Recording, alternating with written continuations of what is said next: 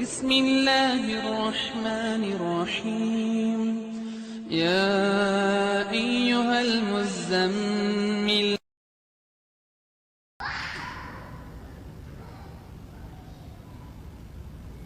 Saya pernah menemukan kasus kurang lebih seperti ini, Ustaz. Seseorang ingin mendapatkan ilmu kebal, kesaktian, maka oleh gurunya ditransfer tenaga dalam dan diberikan jin muslim sebagai pendamping. Lalu untuk mempertahankan kesaksiannya, guru tersebut menginformasikan bahwasanya dia harus sholat 5 waktu, puasa sunnah Senin Kamis tidak boleh tinggal, dan ibadah-ibadah lainnya. Sang guru mengklaim bahwasanya ilmu putih lawan dari ilmu hitam. Pertanyaan, apakah ini masuk dalam ilmu sihir?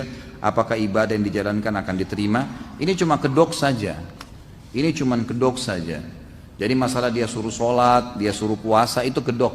Permainan syaitan, baik menipu si guru tadi, atau memang si guru ini juga sebenarnya tahu. Ya, karena dia mendekati pasien atau mendekati targetnya dengan apa yang disukai oleh orang itu.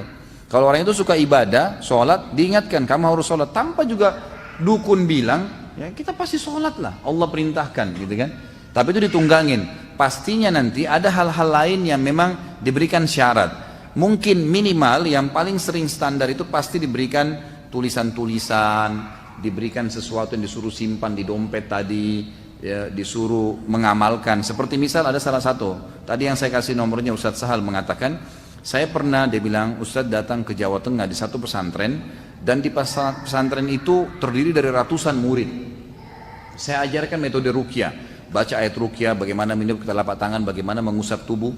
Dia bilang saya ajarkan itu. Pada saat saya praktekin ruqyah di masjid, hampir satu pesantren semuanya kesurupan. Di masjid, santri di pesantren, gitu kan. Kata kiainya, Anda ini ajarin apa nih? Kata Ustaz Sa'ad, Anda lihat, Pak Kiai lihat sendiri, saya bacain ayat kursi, Al-Falaq, Al-Ikhlas, An-Nas, gitu kan. Lalu Ustaz Sa'ad bilang, coba Pak Kiai muhasabah, ada enggak amalan-amalan yang dikerjakan yang tidak sesuai dengan sunnah? Mungkin ada sesuatu yang Pak Kiai, enggak, di sini pesantren belajar Islam kok. Coba muhasabah, mungkin ada sesuatu yang Pak Kiai suruh rutin kerjakan tapi tidak ada sunnahnya dari Nabi. Ternyata setelah ditelusurin baru kiainya bilang, sebenarnya sih murid-murid sini setiap malam Jumat membaca salah satu dari Asma'ul Husna, saya lupa sekarang apa itu, tapi yang jelas dibaca sampai 4.000 kali. Nah ini tidak pernah Nabi contohkan, tidak pernah Nabi SAW perintahkan itu, gitu kan? Nah, sesuatu yang Nabi tidak contohkan pun itu bisa ditunggangi oleh syaitan. Gitu kan? Ini kasus-kasus sihir ya. Saya bukan sedang membicarakan ada orang yang salah dengan perbuatannya. Saya bicara tentang orang yang kesurupan sama syaitan. Pernah juga kasus kami duduk bermusyawarah dengan beberapa teman yang ruqyah, kemudian dia bilang ada satu orang kesurupan. Ustadz Hussein tadi yang saya kasih nomor yang kedua juga bilang sama saya. Setelah saya kesurupan lalu jinnya kesakitan minta-minta ampun, saya tanya, kamu kenapa masuk ke orang ini? Dia bilang orang ini setiap hari manggil saya 1000 kali. Emang kenapa? Apa yang orang ini bilang? Orang ini selalu bilang ya Jabbar, ya Jabbar, ya Jabbar. Ya Jabbar ini sifatnya Allah ya, yang Maha Perkasa. Tapi dibaca 1000 kali per hari. Pernah nggak Nabi ajarin? Nggak pernah. Kata jin, ini pengakuan jinnya. Jinnya bilang apa? Nama saya Abdul Jabbar. Saya masuk ke badan dia. Seperti itu, gitu kan? Ini contoh-contoh kasus banyak sekali terjadi seperti itu pada saat ngeruqyah ya, pada saat ngeruqyah. Jadi seperti itulah kurang lebih yang terjadi. Apakah santet itu ada? Ada santet, ada ilmu sihir, itu bagian daripada ilmu sihir, gitu kan? Ada, saya sudah sebutkan tadi, dia masuk dari bagian dari 4 jenis sihir tadi yang saya bilang. Ada memang. Dan itu memang permainan-permainan syaitan, permainan syaitan. Jadi jangan terpengaruh dengan kalau dikatakan jin muslim lah. Saya sudah bilang tadi ya, masuk dalam kategori syaitan jin yang fasik. Siapa tuh jin yang fasik? Jin yang muslim tapi masih berbuat dosa. Kan itu. Sama dengan manusia yang fasik.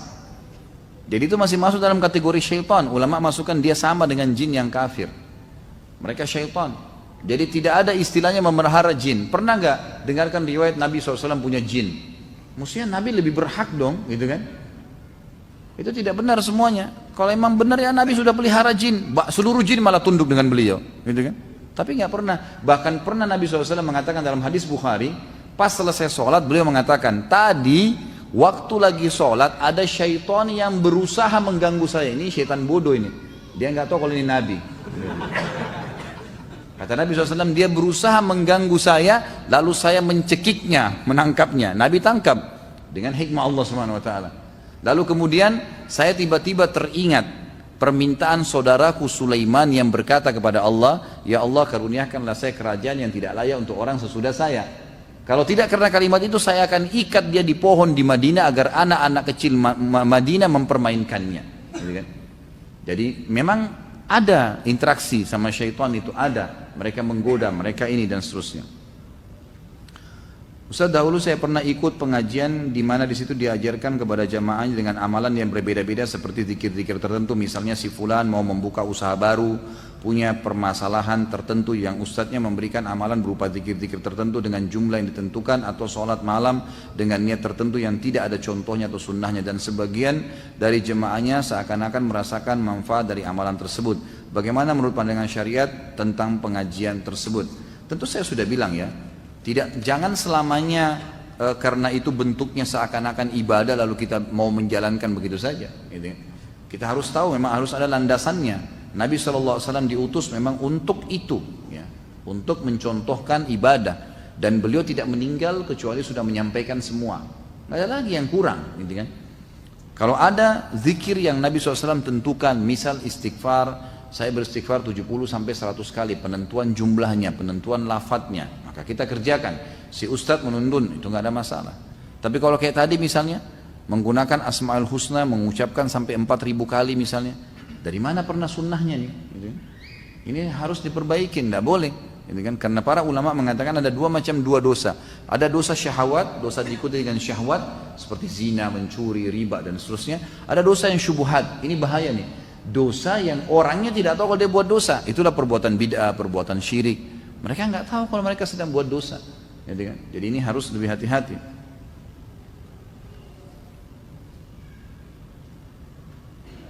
Bagaimana hukumnya dosa atau tidak jika ada seorang ustadz yang mengatasnamakan orang pintar?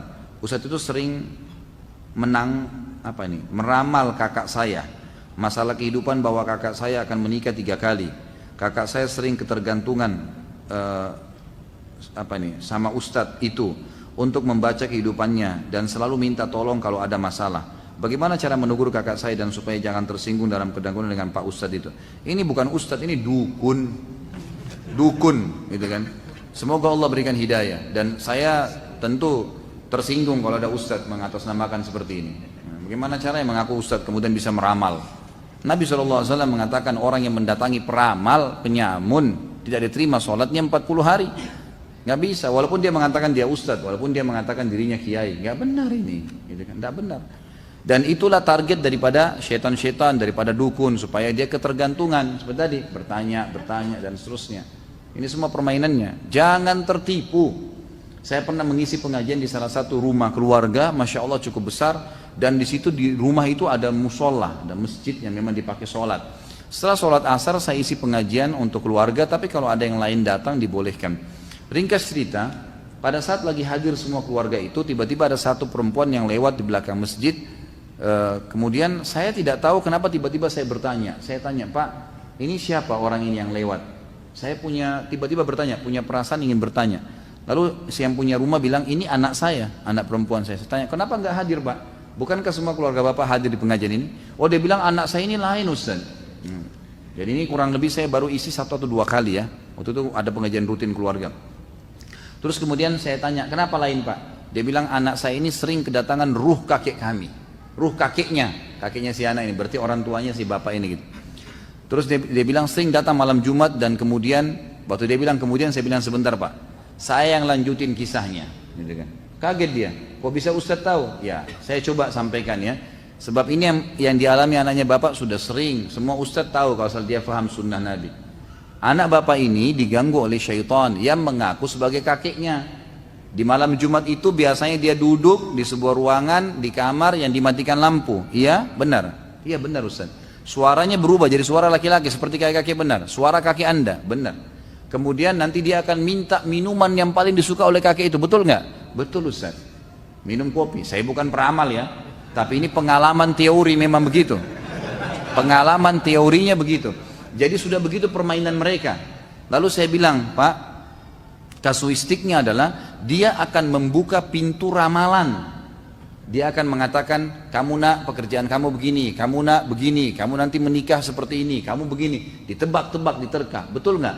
Betul Ustaz. Sampai akhirnya keluarga akan tergantung dan bertanya terus sama dia. Betul Ustaz, anaknya bapak harus diruqyah. Itu permainan syaitan yang coba memasuki diri anak ini karena pasti ada pelanggaran agama. Ternyata betul, dia tidak pakai jilbab. Anak ini nggak jaga sholat, gitu kan? Apalagi tidak bisa mengaji, apalagi mau mengaji, tidak bisa baca Quran, maka banyak sekali pelanggaran agama terjadi.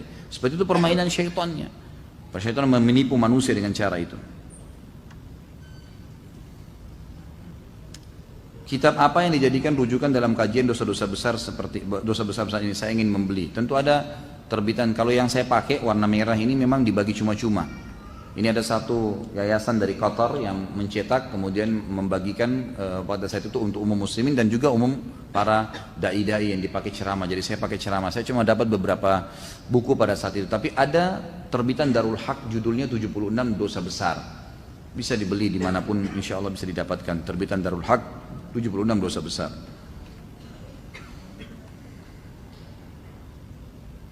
Dalam pekerjaan saya di lapangan, bila memulai suatu aktivitas di suatu daerah, masyarakat setempat seringkali meminta untuk menyembelih hewan meskipun sudah diberikan penjelasan mengenai syirik. Mereka seringkali ngotot dengan mengatakan yang akan melakukan penyembelihan adalah seorang imam masjid dan tetap mengucapkan bismillah. Biasanya perusahaan akhirnya memutuskan untuk memberi sejumlah uang dan tutup mata dengan apa yang mereka lakukan. Apakah tindakan ini benar dan apa yang sebaiknya dilakukan? Kita harus tahu dulu dia menyembelih untuk apa nih. Kalau misal dia meminta agar masyarakat diberikan makanan ya, dengan cara menyembelih seekor sapi, seekor kambing, dibacakan bismillah untuk menjamu masyarakat di sekitar perusahaan, tidak ada masalah. Hal-hal biasa memberikan makan orang perintah dalam agama. Tapi kalau ini dianggap sebuah syarat, buka di sini supaya tidak diganggu, supaya begini, supaya begitu, ini semua tidak dibolehkan. Walaupun imam masjid, walaupun yang bergelar kiai, dan ini saya terus terang ya, mestinya teman-teman kita kiai, ustadz-ustadz ini mesti menyampaikan kepada masyarakat, tidak boleh membiarkan orang-orang dukun ini menggunakan istilah yang sama, kiai atau ustadz, ini nggak boleh sama sekali. Mereka merusak citra ini, gitu kan? Memang mereka ini lawannya para dai, mereka juru bicaranya syaitan, gimana sih? Dai-dai juru bicaranya Allah Subhanahu Wa Taala. Mereka mengajak kepada kemusyrikan, kita mengajak kepada tauhid, beda sekali. Ini menyesatkan manusia, ini membawa manusia kepada kejalan yang benar. Jauh, kan gitu. Jadi nggak boleh dibiarkan. Bagaimana hukum memakai pelaris yang didapat melalui zikir-zikir yang dibacakan melalui media air yang disebarkan ke sekeliling toko? Sama, nggak boleh. Nggak ada pernah contoh dari Nabi SAW. Tidak pernah ada contohnya, maka jangan dikerjakan. Nggak usah, saya sudah tuntun tadi. Caranya, modalnya halal, produk yang dijual halal, jauhi sistem yang haram. Nggak boleh ada riba, nggak boleh ada gharar, merugikan salah satu pihak, nggak boleh manipulasi. Udah jalani bismillah. Dan Anda kalau yang bertanya ini bisa ikuti ceramah saya Tablik Akbar, sudah ada 8 orang sahabat kita bahas. Semuanya menceritakan bagaimana mereka menjadi miliarder dan bisnis biasa, jual cangkul, jual kurma. Allah berkah itu. Karena modalnya benar, produk yang dijual benar, jauhi semua dari sistemnya yang haram. Sudah selesai, sistem yang benar. Maka insya Allah diberkahi oleh Allah SWT. Bagaimana menghilangkan pengaruh sihir yang ditujukan kepada diri kita? Saya sudah bahasakan tadi ya. Berdoa, ruqyah, membaca ayat-ayat dan hadis-hadis Nabi SAW, doa yang sudah diajarkan.